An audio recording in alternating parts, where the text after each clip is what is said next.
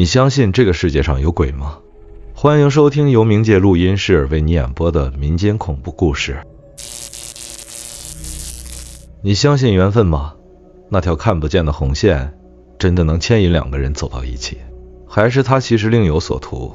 有些红线或许牵来的不是爱情，而是执念，甚至怨恨。今天要讲的这个故事就发生在一个平凡的银行员工身上。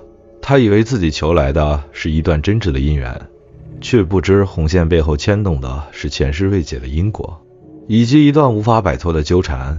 手腕上的凉意，梦中的低语，床头柜上那一缕不属于任何人的黑发。你敢听完这个故事吗？林帆是一名银行柜台员工，每天的生活在数字、客户和机械化的工作之间打转。30岁出头的他，虽然性格温和，但总觉得自己被困在生活的循环里，尤其是感情的空白让他的日子更加单调。每天早上都能在镜子里看到自己的样子，眼底藏着隐隐的疲惫，额头皱纹浅浅，显然是一个对生活提不起热情的普通人。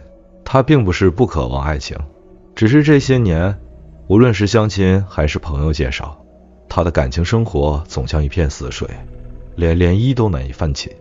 他偶尔会怀疑，是不是自己的运气差到月老都不愿意搭理。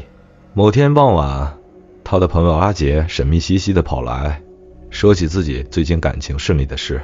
阿杰眉飞色舞地讲起几个月前去台北一间著名大庙拜月老的经历，还煞有介事地拍了拍林帆的肩膀。我跟你讲，那庙超灵，月老很会牵红线，你这单身狗不去试试对得起自己吗？林帆听得半信半疑，打算敷衍过去，但阿杰的下一句话让他改变了主意。对啊，我听说你妈之前也提过这庙，说她很灵验，不然她怎么让你爸追到她的？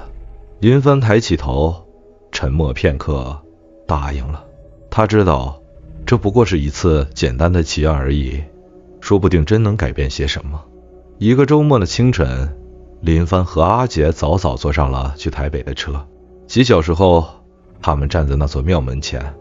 庙不大，但香火极旺，门前挂满了红色的灯笼，映得整条阶梯像是染上了鲜血一般。台阶上行走的香客络绎不绝，人人都抱着自己的心愿，或急切，或虔诚。林帆夹杂在人群中，心里泛起一种久违的期待。进入庙中，四周弥漫着浓浓的檀香味，烟雾在空气中缓缓游走，阳光透过屋檐洒下斑驳的光影，整个庙堂笼罩在一种古老而神秘的氛围里。月老神像立在正中央，面带微笑，双手捧着红线，目光温和，却像是能穿透人心。林帆抬头看了眼月老，感觉他的微笑里多了一分难以捉摸的意味。按照庙方的流程，林帆和阿杰排队上香、抽签，再到指定的地方领取红线。庙里的工作人员简单说明了如何向月老祈愿，先跪拜3次，再将签文烧在香炉中，然后向月老诉说你的愿望。如果红线顺利取下，那就是你姻缘到来的征兆。林帆在月老前跪下，闭上眼，心中默念着自己的愿望。他的手轻轻伸向挂满红线的架子，每一条红线都看起来一模一样，但他的手指碰到其中一条时，那种触感却有些奇怪，线有些凉，像是刚从冰水里拿出来的一样。他轻轻抽下红线，将它绑在自己的左手腕上。红线很紧，绑好后勒的手腕微微发红。林帆低头看了看，却发现这条红线的颜色似乎比其他人的更深一些，鲜红的像是刚滴出的血。他不禁皱了皱眉，但很快自我安慰，可能是心理作用。正当他准备离开时，身后传来一阵风，刮得周围的纸钱和香灰乱飞。奇怪的是，风吹过他的脸，却让他感到一阵莫名的寒意。他回头望了望，却什么都没看到。他们走出庙门时，林帆无意间看到庙门外站着一个模糊的身影。那人穿着深色衣服，头发凌乱，远远地站在台阶旁，静静地注视着他们。林帆眨了眨眼，心里暗自嘀咕，可能是哪位香客吧。他没有多想，转身和阿杰离开了。回家的路上，林帆的手腕隐隐作痛，像是红线绑得太紧。他解开红线仔细看了看，却发现手腕的皮肤上多了一道淡淡的印记，隐约像一条血线。他摇了摇头，暗骂自己疑神疑鬼。然而他没有注意到，在他放下红线时，后视镜里短暂地出现了一个模糊的影子。他静静地坐在车后座，嘴角扯起一抹诡异的笑容。林帆恢复了平静的日常生活，将红线的异样抛诸脑后。几天后，他像往常一样站在银行柜台为客户办理业务，一切都如流水线般顺畅。客户排队、核对信息、签字，他机械地重复着这些动作。阳光从银行的落地窗洒进来，暖洋洋的，让他有些困倦。正当他伸手接过客户递来的文件时，柜台的座机突然响了起来。他习惯性地接起电话，耳边传来对方略显急促的喂喂喂声。然而林帆张了张嘴，却发不出一个字，喉咙像被无形的手掐住，气流堵在胸腔，任凭他如何用力，声音依旧卡在喉间，只能发出呵呵的气音。怎么回事？他开始慌了，试图咳嗽几声，却连声音也被锁死。他捂住喉咙，脸上的惊慌表情让站在一旁的同事周姐注意到。林帆，你没事吧？周姐探头看过来，见他接起电话却不说话，语气里带着些许疑惑。怎么不说话？客户还在等你呢。林帆满脸通红，急得用手指着自己的喉咙，试图解释，却只能发出更微弱的呼吸声。周姐皱了皱眉，替他接过电话和客户交谈，但一边交谈一边用眼角余光打量他，眼神里满是担忧。随着时间推移，林帆的喉咙依旧无法发声。他试着喝水，拍打胸口，甚至用笔在纸上写下我不能说话的字条，递给周姐。银行里其他同事逐渐围拢过来，每个人脸上都写着不解与紧张，但没人能给出答案。林帆坐在柜台后，心中充满了无助和窒息感，耳边是银行里喧闹的声音，似乎每一声都在放大他的孤独。更可怕的是，他脑海中突然浮现出那条红线的影子，细长深红，像是滴着血。他猛地甩了甩头，想将这些念头赶走，却无法摆脱那种压抑感。下午3点半，银行下班后，林帆借口身体不适请假，急匆匆地前往附近的电信公司，想检查一下手机是不是出了什么问题。他有些不确定，是不是电话刚才出了毛病，而不是自己喉咙的问题。电信公司的冷气让人从头凉到脚。柜员是林帆熟悉的老朋友小玲，看到林帆进来，刚准备打招呼，目光却在对上他的一瞬间凝固了。小玲的笑容瞬间消失，取而代之的是一种无法掩饰的惊恐。他的脸色刷白，眼神慌乱，甚至不由自主地往后退了一步。你怎么会在这儿？他的声音里透着颤抖，手下意识地捂住了胸口。林帆愣了一下，没想到会看到小玲这种反应。他想开口安抚她，却发现自己仍然无法发声，只能无奈地从柜台上抽了一张号码纸，在背面写下我有点事要办，顺便来看看你。小玲看到字条时，似乎心里闪过什么，但她的眼神始终没有直视林帆，甚至脸朝向他时，头却微微偏着。他的手在柜台下攥紧了号码单，低着头快速办理着业务，嘴里含糊地说：好，我帮你办，办完你就走吧。快点走。林帆皱起眉，感觉小玲的反应有些不对劲。他试图再写点什么问的，但小玲像是完全回避他一样，只低头快速完成操作，然后将东西推给他，压低声音说：走吧，赶紧离开这里。当他转身走出电信公司时，胸口莫名的一阵沉闷，像是有一块巨石压着。他深吸了一口气，却感到空气中有种说不出的黏腻，让人呼吸困难。与此同时，一股强烈的负面情绪如潮水般涌上心头，愤怒、悲伤、恐惧，几种情绪交织在一起，几乎让他站立不稳。他不由自主地皱眉，摇了摇头，却越发感觉一阵心烦意乱。这种烦躁感让他突然非常抗拒去任何庙宇或拜拜的行为，甚至连祈愿这2个字浮现在脑海里，都会让他头皮发麻。在情绪的爆发点，他不由得低声咒骂了一句：“到底是什么鬼东西？”然而，就在话语出口的瞬间，他猛地意识到，他竟然能发声了。这种突如其来的恢复，让他微微愣住，但还没来得及松口气，手腕处却隐隐传来一阵凉意。他低头一看，那条红线似乎又变紧了一些，勒得他的皮肤微微发红，甚至隐约透出一点血迹。他心头一紧，隐隐觉得这红线背后似乎牵扯着他无法理解的东西。虽然声音恢复了，但林帆的心却更加不安。他握着手腕，脑中浮现出一个念头：这一切真的只是巧合吗？还是那条红线带来了什么不属于这个世界的东西？夜幕降临，林帆回到家后，感到从未有过的疲惫。整个下午发生的怪事像是压在心头的巨石，挥之不去。他草草洗了个澡，便躺到床上，甚至连手机都懒得碰。刚闭上眼睛，便陷入了浅浅的睡眠。时间不知过去多久，他猛然觉得全身一阵冰冷，仿佛周围的空气都被抽空了。接着，一股巨大的力量从小腿处袭来，像是有人用双手牢牢按住了他的双腿。他想抬起脚，但发现身体完全动弹不得。那种冰冷的感觉沿着腿部缓缓往上，压到了他的膝盖、大腿，最终停在了胸口。每一步都像是一块重石砸在身上，让他的呼吸愈发沉重。他的耳边突然传来一阵模糊的低语声，像是来自很远的地方，又像是在耳边缠绕。为什么还不放开？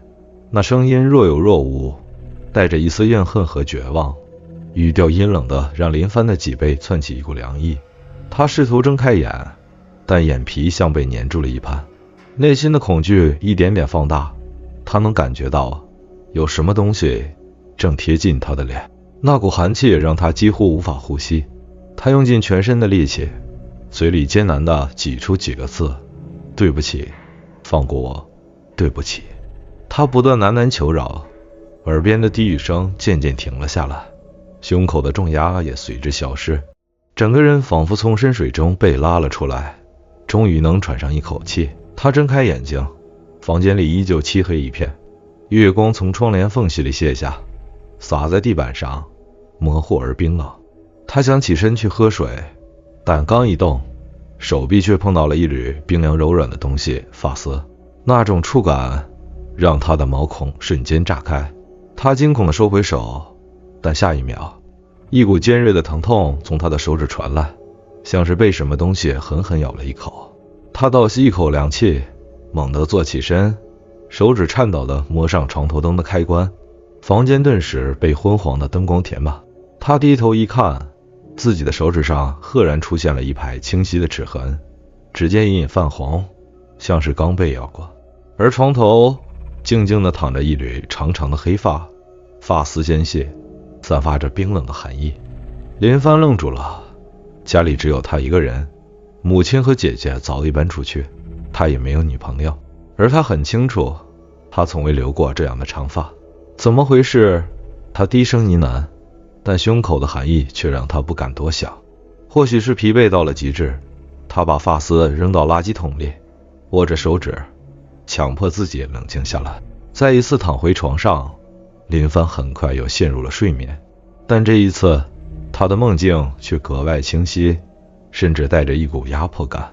他看到自己站在一片朦胧的空间中，四周是灰白的雾气，空气里弥漫着腐朽的味道。不远处有一对身影若隐若现，他走近一看，是一对身穿民国服饰的男女。男人站在原地，脸色阴沉，眉头紧锁，浑身散发出一种怒气。他的双手紧紧握着什么，像是要将他捏碎。女子则站在一旁，眼中含泪，面容悲戚，她嘴唇颤抖，似乎在为自己辩解，却发不出任何声音。两人之间有一根细长的红线缠绕着，那根线一端绑在男子的手腕上，另一端系在女子的手上。红线鲜艳的刺眼，甚至还隐隐渗出鲜血般的液体，滴落在地面上。为什么要这样对我？男人的声音突然传来，低沉而愤怒。他的目光死死盯着女子，而女子只是默默地低下头，泪水沿着脸颊滑落。红线突然开始绷紧，像是有无形的力量在拉扯着他。男子猛地扯住线的另一端，目光越发狰狞。你想断开它？你休想！他的声音里透着疯狂，而女子的脸上露出挣扎与绝望。最终，红线绷得越来越紧，绽出了一丝丝裂口。随着一声清脆的断裂声，红线断开了。女子转身离开，渐行渐远。男子站在原地，眼中是无尽的悲痛。林帆目睹着这一切，突然觉得自己的手腕一阵刺痛。他低头一看，那条红线竟然出现在了自己的手上，勒得他的皮肤发白，隐隐渗出血迹。他猛然惊醒，呼吸急促，额头布满冷汗。房间里一片寂静，刚才的一切只是梦。但他下意识看向自己的手腕，那上面隐隐浮现出一道红线的印记，像是一条长久存在的疤痕。而床头柜上那缕被他丢掉的黑发，竟然又静静地躺在原地，仿佛从未离开过。林帆再也无法忍受了，接连几天的怪事压得他喘不过气，而那晚的梦境和黑发彻底击垮了他。他将一切讲给父亲听，从红线的异常到师生，再到梦中的诡异情景。父亲听完，脸色立刻沉了下来。他没有质疑林帆的描述，反而显得异常冷静，仿佛早就对这样的事有所耳闻。他只说了一句：我有个朋友是庙里修行的，或许能帮你。不到1个小时，他们来到一间不起眼的寺庙。庙的位置偏僻，隐藏在小巷的尽头。庙门外没有香客，也没有显眼的牌匾，只有一块写着观音堂的小木牌挂在门口。庙中，一位年约50的妇人正低头摆弄香炉。她看上去普通的不能再普通，穿着洗得发白的围裙，头发凌乱地挽在脑后。但当她抬起头，目光触及林帆时，她的神情瞬间变了。她没有开口，只是盯着林帆的左手腕，眉头紧皱，眼神复杂。几秒后，她叹了口气，对林帆父亲说：你带来了这孩子。身后跟这个东西，不是善类。林帆心头一紧，手腕上的凉意似乎更加明显。他急切地问：是红线的问题吗？我是不是招惹了什么不该招惹的东西？妇人点点头，示意林帆坐下，然后在一旁拿出一碗清水，一把艾草和几张黄符。他边准备边说：你求的那条红线，牵起了不属于你这个时空的缘分。那位女鬼算是你的前世情人，但她的执念太深，这段缘分已经超出了月老的掌控。林帆愣住了，前世情缘，那她为什么会找上我？妇人冷笑了一声：有些事或许是未了的因果，她还没转世，执念未散，正好被你求红线时牵引出来。她想要你重新还给她些什么，而你是她唯一的连接点。妇人让林帆跪在一张小凳子上，将清水洒在地上，摆出一个简陋的祭坛。他将黄符点燃后，在林帆的头顶绕了3圈，又将艾草点燃，烟雾在林帆周围环绕，空气中顿时充满了艾草的苦涩味。他的手掌忽然按在林帆的肩膀上，力道不大，却像一块巨石压了下来。林帆顿时感觉全身酸痛，像是无数针尖刺入骨头，甚至连尾椎都传来一阵刺骨的冷意。他想挣扎，却被妇人按得死死的。别动！妇人低喝一声：他还在跟我对抗。林帆听到这句话，浑身一颤，他闭上眼睛，咬紧牙关，汗水从额头滚滚而下，手脚冰冷的像是浸在冰水里。隐约间，他听到耳边传来低低的啜泣声，像是一个女人在哭泣，却又带着无尽的怨恨。妇人一边念着经文，一边将黄符贴在林帆的后颈。突然，林帆的身体猛地一颤，他感觉到一股冷气从脊椎涌上头顶，随即一阵剧烈的疼痛炸开，像是全身的骨头都被挤压在一起。就在痛苦到达极限的瞬间，一切突然停了下来，冷意散去，疼痛消失，林帆瘫软在凳子上，大口喘息着。他抬起头，发现妇人正擦着额头的汗，手里捏着一张烧焦的黄符。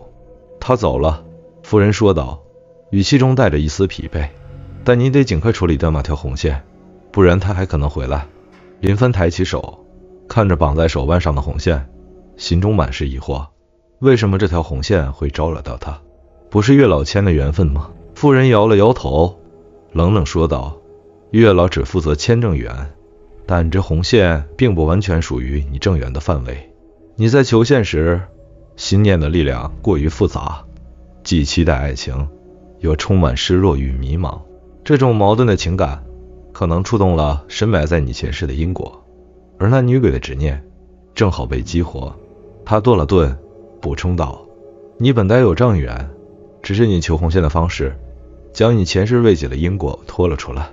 林帆听得头皮发麻，急忙问，那我现在该怎么办？妇人递给他一个小红包袋，把红线放进去，明天一早找一条大水沟，将它丢进去。记住，丢完后别回头看，也别盯着它看太久，转身立刻走，不要逗留。他的语气格外严厉，仿佛多看一眼都会招来厄运。林帆紧紧捏着红包袋，心中忐忑不安。他想问更多关于女鬼的事，比如她是谁，为什么执念这么深，但妇人却只是摆摆手，疲惫地说，知道太多对你没好处，他已经走了，你也该往前走。离开庙时，林帆回头看了眼那昏暗的庙堂，心里莫名泛起一丝寒意。妇人望着他的背影，低声叹了一句，有些缘分终究该断的还是要断。林帆没听清他在说什么，只觉得肩膀一阵发冷，像是某种目光正从远处注视着他。等于第二天清晨，林帆早早起床，手里紧紧握着那条装在红包袋中的红线，他的手心冒着冷汗，脑子里一直回荡着师傅昨晚的叮嘱，丢掉，不要回头，不要逗留。走出家门，天色尚未大亮，街道上安静的只有风吹树叶的沙沙声。林帆找到一条偏僻的水沟，这条水沟的水流湍急，暗绿色的水面映着昏暗的天光，看上去深不见底。站在水沟旁，他心中涌起一股莫名的沉重感。他慢慢打开红包袋，手指轻轻触碰到红线的质感，那种熟悉的凉意又一次从指尖蔓延开来。